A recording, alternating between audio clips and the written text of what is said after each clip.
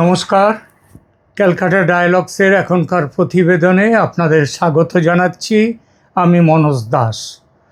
অনুপ্রবেশ সমস্যা নিয়ে ভারত বাংলাদেশ সম্পর্ক ক্রমশই জটিল থেকে জটিলতর জায়গায় চলে যাচ্ছে এবং অবস্থা এত দ্রুত খারাপ থেকে আরও খারাপ হচ্ছে যে ছোটোখাটো সীমান্ত সংঘর্ষ থেকে বড় কোনো সংঘর্ষের সম্ভাবনা একেবারে উড়িয়ে দেয়া যায় না। এর কারণ খুব পরিষ্কার। যদি দুই পক্ষই তাদের অবস্থানে অনড় থাকে আর সমঝোতা সূত্র খুঁজে বের করার জন্য যে উদ্যোগ দরকার সেটা যদি না নেওয়া হয়, তাহলে পরিস্থিতির উন্নতি হওয়ার কোনো সম্ভাবনা থাকে না।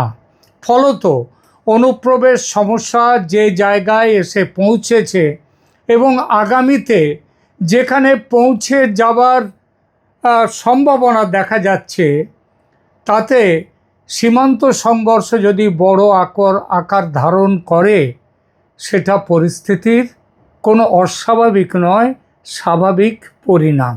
সেদিকেই চলেছে যা অবস্থা সেটা।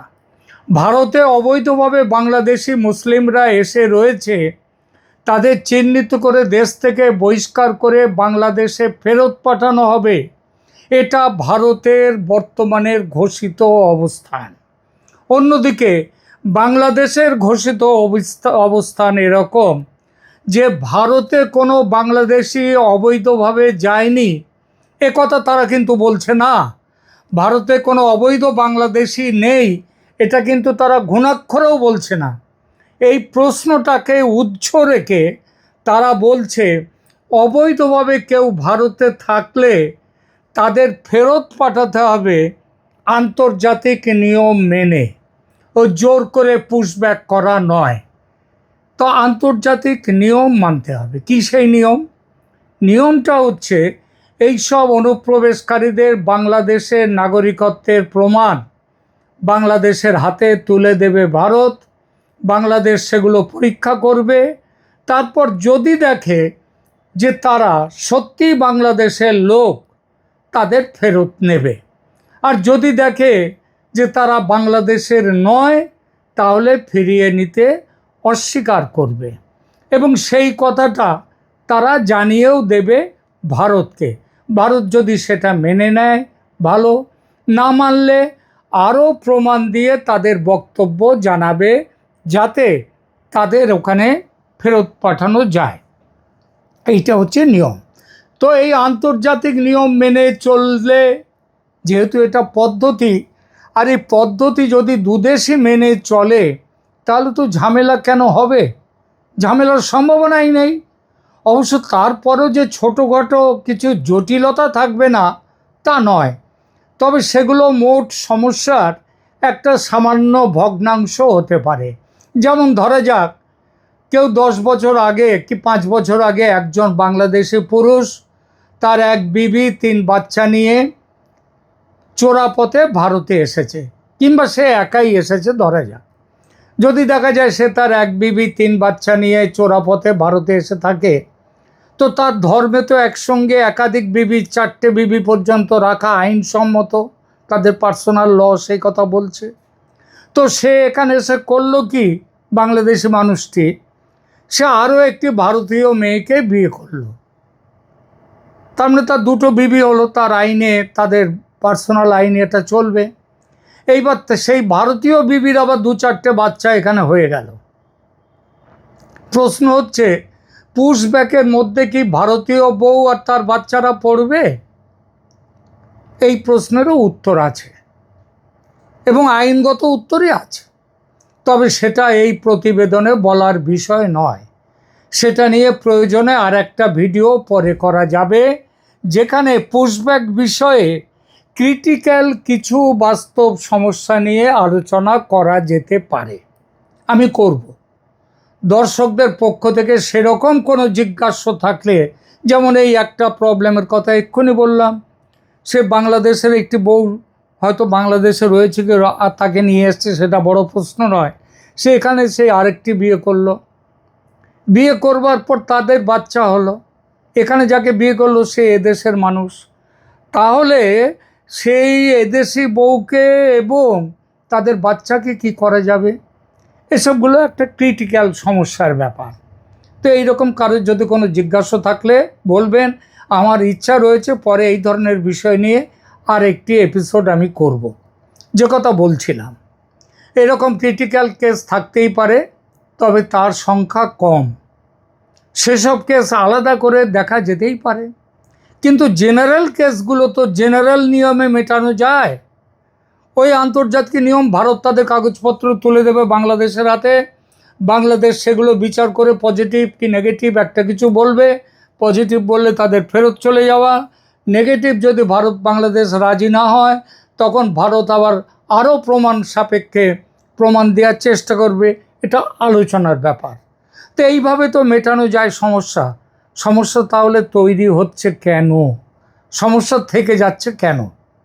থেকে যাচ্ছে এজন্যেই যে বাংলাদেশ সরকার এবং তার সীমান্ত রক্ষীরা খুব ভালোভাবেই জানে যে ভারত যাদের ফেরত পাঠাচ্ছে তাদের মধ্যে দু একটা ভুল ভ্রান্তি থাকতেই পারে, সেটা স্বাভাবিক। কিন্তু সাধারণভাবে ফেরত যাদের পাঠানো হচ্ছে তারা মূলত বাংলাদেশি, এবং ভারতে তারা অবৈধভাবে ছিল। সিংহভাগ তাদের চোরাপথে এসেছিল, ভারতে থেকে গিয়েছে এখানে, আর কিছু ভিসা নিয়ে গিয়ে ভারতে এসছে, ভিসা ফুরিয়ে গেছে কিন্তু আর ফিরে যায়নি। বাংলাদেশ সরকার এটা খুব ভালোভাবেই জানে। তাই করছে কি, ভারতের চিঠির জবাব না দিয়ে বছরের পর বছর বসে থাকছে। যখন আইনি পথে ফেরত পাঠানো সম্ভব হয়নি তখন ভারত কি করলো? ভারত পুশব্যাকের পথ ধরল। তবে এটাও যে একতরফা পুশব্যাক করছে তা কিন্তু নয়। ভারতের সাম্প্রতিকতম নির্দেশ সেটা সেই অনুযায়ী কাজ করছে পশ্চিমবঙ্গ সরকার, সেটা হলো যাদের ফেরত পাঠানো হবে তাদের কাগজপত্র তুলে দেওয়া হচ্ছে বিএসএফের হাতে। বিএসএফ সেগুলো বাংলাদেশের সীমান্তরক্ষী বাহিনী বিজিবি তাদের হাতে তুলে দিচ্ছে। তারা কাগজপত্র পরীক্ষা করে যদি বলে যে হ্যাঁ এরা বাংলাদেশের লোক, এদেরকে ফেরত দিন, আমরা নিচ্ছি, তখন তাদের নেওয়া হবে। কিন্তু মুশকিলটা হচ্ছে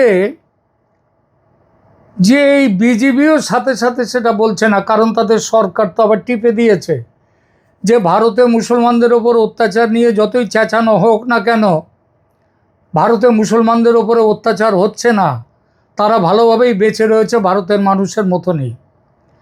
আর তারা রোহিঙ্গাদের ফেরত নিয়েছিল মিয়ানমার থেকে, কারণ আরাকান সেনারা তাদের ওপরে মুসলমানদের ওপরে রোহিঙ্গা মুসলমানদের ওপরে অত্যাচার করছিল, সেই জন্য তাদেরকে ফেরত নিয়েছিল বাংলাদেশ। কিন্তু ভারতে তো অত্যাচার হচ্ছে না, ভালোই রয়েছে এখানে মুসলমানরা। যারা এখানে রয়েছে বাংলাদেশি, তারাও আর ভারতে যেতে চায় না, তাদের বেশিরভাগ এখন চাপে পড়ে যাওয়ার কথা ভাবছে।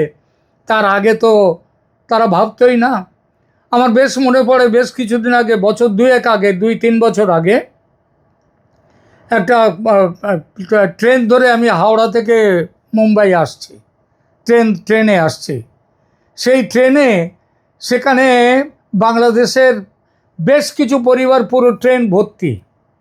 তারা নিজেদের মধ্যে, একজনকে আমি জিজ্ঞেস করলাম যে কোথায় বাড়ি, বললে আমাদের বাড়ি সাতক্ষীরে। তাই আমি বললাম সাতক্ষীরে বাড়ি, তাহলে আমার বাড়িতে আমাদের গ্রামে আর লোকজন কেউ থাকলো না, সব ইন্ডিয়ায় চলে আসতেছে। এই হচ্ছে কথা। তো এখন তাদেরকে ফেরত চলে যাচ্ছে। তারা তো আর ভারতে প্রেম করতে আসেনি, তাদের নিজেদের বাঁচার স্বার্থে এসছিল। আর এখানে এসেও দেখেছে যে তারা কাজ পাচ্ছে, খাবার পাচ্ছে। তো ভারতের পররাষ্ট্র দপ্তরের মুখপাত্র গতকাল এ সম্পর্কে স্পষ্টভাবে বলেছেন, ভারত কিন্তু নির্দিষ্ট আইনি পথেই ফেরত পাঠাতে চায় অবৈধদের। কাগজপত্র তারা তুলে দিয়েছে বাংলাদেশের হাতে, কিন্তু বাংলাদেশ জবাব দিচ্ছে না। কি বলছেন আমাদের পররাষ্ট্র দপ্তরের মুখপাত্র জয়সওয়াল, মিস্টার জয়সওয়াল, একটু শুনে নিন। The second question was regarding Bangladesh. Now, in Bangladesh, as I have told you before also, that all foreign nationals in India, if they are here illegally, including from Bangladesh, we have laws to deal with them, and they'll be accordingly dealt with. As far as deportation of these people is concerned, there is a bilateral mechanism in place, and once we refer these cases to the Bangladeshi side for them to verify the nationality of these people, and once it is verified, then we take forward the deportation process. We have several or many of these requests which are still pending with the Bangladeshi side, and we hope and expect that they'll be expedited as soon as possible, so that the deportation of people who are illegally staying in India can be taken forward. তো এইবার বন্ধু ভারত তাহলে এই অবস্থায় কি করবে?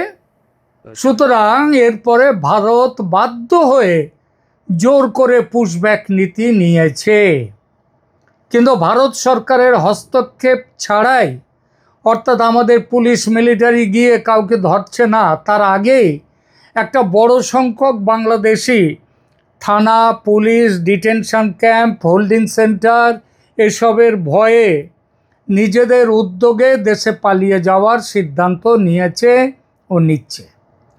আর তারা যেমন গোপনে চোরাপথে ভারতে ঢুকেছিল, তেমনই গোপনে চোরাপথে আবার ভারত থেকে চলে যাচ্ছে, ভারত সীমান্ত পেরোচ্ছে। কিন্তু বাংলাদেশ যে সিদ্ধান্ত নিয়েছে তাদের ঘরে ফিরতে দেবে না। সুতরাং বাংলাদেশ কি করছে?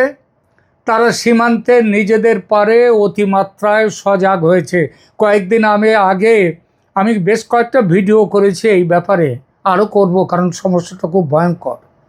সেখানে বলেছি বাংলাদেশের বিজিবি এবং বাংলাদেশ সরকারের পক্ষ থেকে মাইক নিয়ে এই সীমান্তবর্তী শহর গ্রামগুলো সেই সমস্ত জায়গায় ঘোষণা করা হচ্ছে যে গ্রামে নতুন লোক দেখলে, যারা ফিরে আসছে তাদের দেখলে যেন তাদেরকে এখানে না ঢুকতে দেয়। সুতরাং কি করছে তারা বিজেপিকে খবর দিচ্ছে, বিজেপি আসছে। বিজেপি এসে তাদের করছে একা যে বিজেপি সজাগ তা নয়, তাদের সঙ্গে যোগ দিয়েছে ওই সীমান্ত এলাকার বাসিন্দারা। তারা রাত জেগে পাহারা দিচ্ছে। নোম্যান্স ল্যান্ডে যারা ধরা পড়ছে তাদের সেখানে ফেলে রাখছে, আর যারা নোম্যান্স ল্যান্ড পেরিয়ে দেশের ভেতরে ঢুকে পড়েছে তাদেরও ধরে বেঁধে ফেরত নিয়ে এসে আবার ফেলছে ওই নোম্যান্স ল্যান্ডে। আমি এটা মিথ্যে কথা বলছি না। একটা ভিডিও দেখুন, আমাদের ইন্ডিয়ার ভিডিও নয়, বাংলাদেশের ভিডিও, বিজিবির নিজের তৈরি ভিডিও, একটু দেখুন।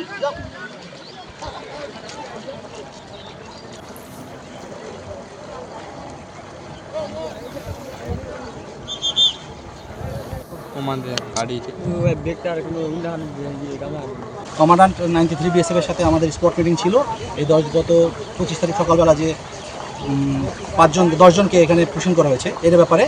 তো তারা বলছে যে এরা বাংলাদেশি নাগরিক, তারা এটা দিতে প্রস্তুত না। আমি তাদেরকে বলেছি যে এটা স্ট্যান্ডার্ড ওয়ে না, এটা ইন্টারন্যাশনাল ল না।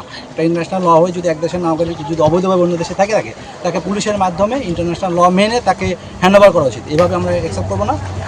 তারা এটা বাংলাদেশি নাগরিকরা ফেরত দিতে রাজি না। আমরা আমাদের অবস্থান অনড়। আমরা বলেছি যে না, আমরা এভাবে গ্রহণ করবো না, এটা অবশ্যই ইন্টারন্যাশনাল আইন অনুসারে হইতে হবে।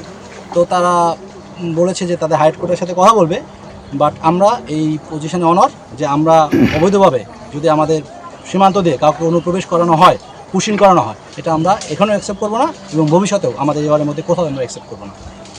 এদের ব্যাপারে তাদেরকে আমরা বলেছি তাদেরকে এটা নিয়ে যাওয়ার জন্যে। তারা এটা আশা করছি তারা এটা নিয়ে যাবে, বাট আমরা এদেরকে বাংলাদেশ অভ্যন্তরে প্রবেশ করতে দিব না। এই কথা আমি তাদেরকে বলেছি যে তোমরা তাদেরকে অবৈধভাবে এখানে ফেরত পাঠিয়ে দিয়েছো। এটা বৃষ্টির মধ্যে ছিল, গতকাল বজ্র হয়েছে, এটা ইনহিউম্যানিটেরিয়ান, এটা অমানবিক হয়ে যাচ্ছে। তোমরা মানুষকে এরকম বিপদের মধ্যে ফেলে দিতে পারো না। তাদেরকে আমি এই দাবি আমি উত্থাপন করেছি যে এরা মানুষ করে তাদের অধিকার আছে। তোমরা একজন মানুষকে ধরে অবৈধভাবে পুশ করে তাকে বিপদের মুখে এবং অমানবিকভাবে তাকে ফেলে রাখতে পারো না। এই কথা আমি তাদেরকে উল্লেখ করেছি। তারা বলেছে, তারা অস্বীকার করেছে যে তারা তাদেরকে এভাবে কাঁটাতারে ব্যবহার করে তাদেরকে ফেরত পাঠায় নাই। কিন্তু এখানে ভিকটিম আছে, এখানে তাদের সাথে কথা বললেও আপনারা বুঝতে পারবেন। এখানে দেখবেন তাদেরকে বিভিন্ন জায়গায় অ্যারেস্ট করে গত 26 মে তাদেরকে অ্যারেস্ট করে বিভিন্ন সেন্টারে রেখেছে। রাখার পর তাদেরকে গত 5 তারিখ সকালে তাদেরকে পুশিং করেছে। সো তারা এটা অস্বীকার করেছে, বাট আমি তাদেরকে ফোর্সফুলি বলেছি যে না, তোমরা এইভাবে ইনহিউম্যান মানুষের অধিকারকে তোমরা এইভাবে মানুষকে মৃত্যুর মুখে তোমরা ঠেলে দিতে পারো না, এটা তোমরা হতে পারো না। তার জায়গা আমাদের শক্তির জায়গা। এটা খালি আজ এই সময় না, অতীতেও সর্বদা আমাদের দিনে রাতে বৃষ্টি ঝড়ের মধ্যে এরা আমাদের সব সময় আমাদের সাথে আছে। আমাদের এটা শক্তি জায়গা। আমরা মনে করি এই বাংলাদেশ আমাদের জনগণ, আমরা জনগণের বাহিনী, জনগণ আমাদের সাথে আছে সদা সর্বদা, সবার সময় সর্বপ্রকার সাহায্য সহযোগিতা আমাদের সাথে আছে এবং আমাদের সাহায্য সহযোগিতা করছে। আমি খুবই গ্রেটফুল, জনগণের শুনলেন? অসংখ্য গ্রেটফুল। বর্ডার গার্ড বাংলাদেশের ওই অফিসার যিনি কথা বলছেন ভিডিওতে, একবারও কিন্তু বললেন না যে এই লোকগুলো তাদের দেশের লোক নয়, এরা ভারতের লোক, ভারত জোর করে তাদের নিজেদের দেশের মুসলমানদের বাংলাদেশে পাঠাচ্ছে, এ কথা কিন্তু বললেন না তিনি। তিনি বললেন কি, যে এরা তাদের মূল আপত্তি ফেরতের পদ্ধতি নিয়ে, মানে লোক তাদের, এটা তারা কিন্তু মুখে স্বীকার না করলেও মনে মনে স্বীকার করে নিচ্ছে, কিন্তু আপত্তিটা হলো ফেরতের পদ্ধতি নিয়ে। অর্থাৎ আমাদের লোক আমরা নিতে পারি, কিন্তু সেটা এইভাবে জোর করে পাঠাবে, এটা আমরা সহ্য করতে পারবো না, এটা আমরা গ্রহণ করব না, এটা আন্তর্জাতিক আইনসম্মত পদ্ধতি নয়, তাই তারা ফেরত নিতে পারবেন না। পদ্ধতিটা আগেই বলেছি, পদ্ধতি মেনে ভারত চিঠি দিলে চিঠির জবাব দেবে না, বছরের পর বছর ফেলে রাখবে। পদ্ধতি মেনে বিএসএফ বিজিবির হাতে কাগজপত্র তুলে দেবে, তারা তার জবাব দেবে না, আটকে রেখে দেবে। আবার তারা বলবে ভারত নিয়ম কানুন মানছে না। তোমরা কি নিয়ম কানুন মানছো? চিঠি জবাব দিচ্ছ না কেন? আবার দেখুন, আবার কত বড় বড় কথা, অমানবিক ব্যবহার করছে ভারত, ইনহিউম্যান। তাদের পাল্টা প্রশ্ন করা যায়, ভারতের ব্যবহার না হয় বেআইনি, অমানবিক, ইনহিউম্যান, কিন্তু তোমরা তো ভালো করেই জানো ভারত যাদের পুশব্যাক করছে তারা তোমাদের দেশের লোক, বাংলাদেশের নিজের মানুষ। তা নিজের দেশের মানুষের ওপর তোমরা, নিজের দেশের মানুষের ওপর তোমরা অমানবিক হচ্ছ কি করে, হও কি করে? বর্ডার গার্ডস বাংলাদেশের অফিসারটি বলছেন বাংলাদেশ ওদের দায়িত্ব নেবে না। তা দায়িত্ব যদি না নেয় তাহলে একেবারে লিখে নিতে পারেন মহাশয় যে ভারতও ওদের আর ফিরিয়ে নেবে না। ভারত স্পষ্ট বলবে ওরা স্বেচ্ছায় চলে গেছে দেশ ছেড়ে, ভারত ছেড়ে নিজের দেশে স্বেচ্ছায় গেছে, ভারতের কোনো ভূমিকা নেই।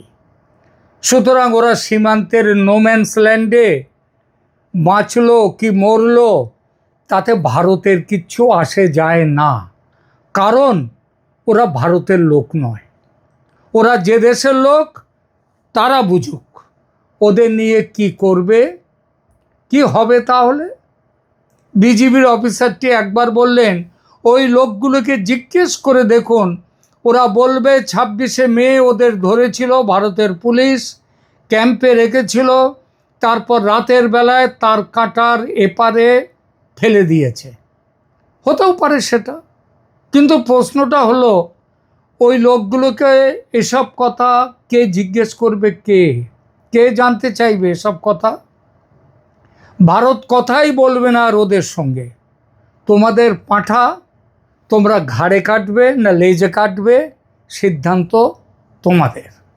অর্থাৎ ব্যাপারটা দাঁড়াচ্ছে কি, দুই দেশের উচ্চতম রাজনৈতিক নেতৃত্ব যদি এই সমস্যা নিয়ে আলোচনায় না বসেন, যদি সমাধান না করেন, তাহলে কিন্তু এভাবেই চলতে থাকবে। মনে রাখবেন 4000 কিলোমিটারেরও বেশি সীমান্ত ভারতে, পশ্চিমবঙ্গের সাথে বাংলাদেশে। কত জায়গায় পাহারা দেবে বিজিবি? একবার সীমানার ওপারে ফেলে দিতে পারলেই সমস্যা থেকে মুক্তি। বিএসএফ সেটা ক্রমশই আরও যে তেড়ে ফুঁড়ে করবে লিখে নিতে পারে বাংলাদেশ।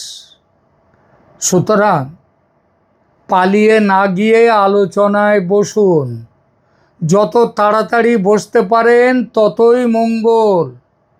কারণ যত দিন যাবে, এখন 10টা জায়গা 12টা জায়গার থেকে পাঠানো হচ্ছে, পুশব্যাক হচ্ছে, এরপরে ডাঙায় জলে সব দিকে পুশব্যাক হবে, নৌকো করে রাত্রে ওপারের চরে নামিয়ে দিয়ে চলে আসবে।